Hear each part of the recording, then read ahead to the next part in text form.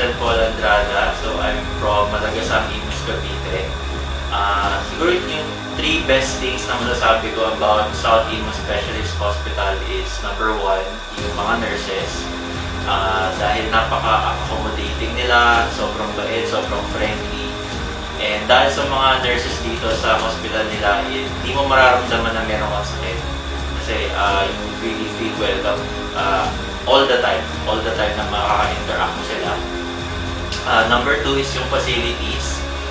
Since bago lang siya, sobrang ganda ng ambience ng mga facilities, yung rooms, especially yung sa ER, hindi siya yung typical na gulo, hindi siya ganun dito.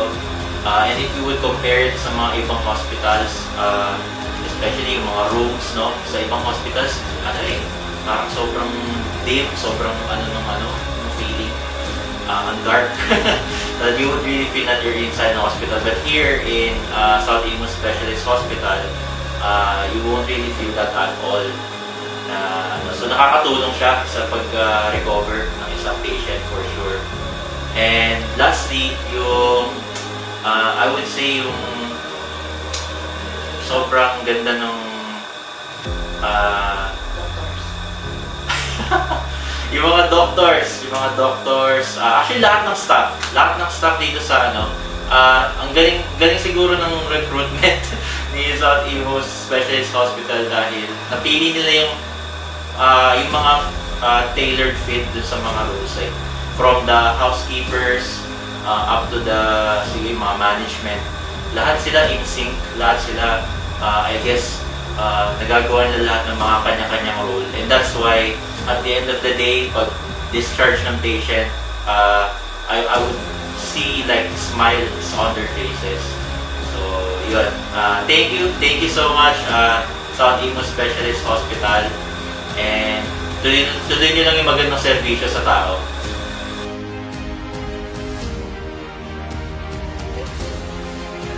Hello, my name is Manil Jo Abenohar. I'm from Golden City, Imus, Cavite.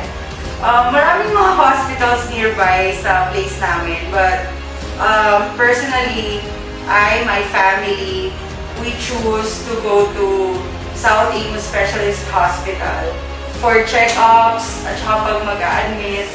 And why? Kasi bukod sa malapit na bago yung hospital, and okay din yung mga doctors dito, facilities, maganda din. And na-try na namin from my mom na admit siya, kahit ako na-admit ako, yung mga kids ko, yung service, good quality talaga from the nurses, yung facilities, even the room, sobrang ganda, parang nag-staycation sa hotel. So kapag nasa loob ka, hindi mo mafe-feel yung stress ng kung ano man yung sakit na nararamdaman ng ako na naka-admit or kung ako man yung nagbabantay sa family member ko na naka-admit. Kasi sobrang comfortable, and kapag may needs ka, madaling ma-approach yung mga nurses. And what I like more about this hospital is yung convenience. For example, ngayon, parang magwa-1 week na yung anak kong naka-admit dito sa hospital. But I don't have to worry kahit meron akong work, kasi pwede akong mag-work dito sa hospital na kahit ano pang time. Ang schedule ko is from 12 a.m. to 9 a.m. na wala akong problema.